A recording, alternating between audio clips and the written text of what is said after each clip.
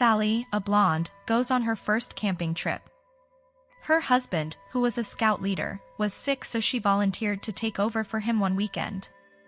So, she got everyone together and assigned different duties to each scout. Gabby was responsible for the food supplies, Mike would be the cook on this trip, Johnny was responsible for their maps and making up a time schedule, Tim was to decide on their events, and to fit them into Johnny's schedule, and Sally would test all their equipment before setting out. They arrived at Big Moose Mountain and everyone was excited.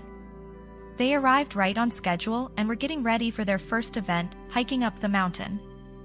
But first, they wanted to get something to eat. So Sally asked Mike if he would prepare the meal and, of course, Mike said he would. About 10 minutes later, he came back and told Sally, "I can't make supper.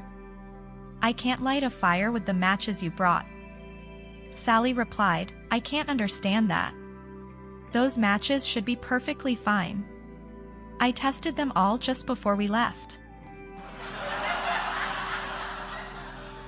Arnold and his wife were cleaning out the attic one day when he came across a ticket from the local shoe repair shop.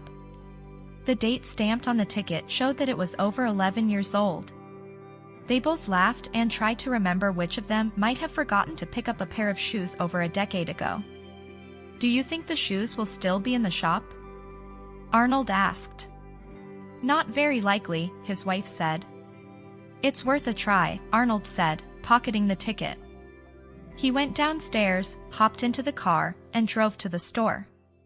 With a straight face, he handed the ticket to the man behind the counter. With a face just as straight, the man said, "Just a minute.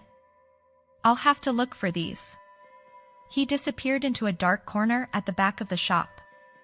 2 minutes later, the man called out, "Here they are." "No kidding?" Arnold called back. "That's terrific. Who would have thought they'd still be here after all this time?" The man came back to the counter, empty-handed. "They'll be ready Thursday," he said calmly.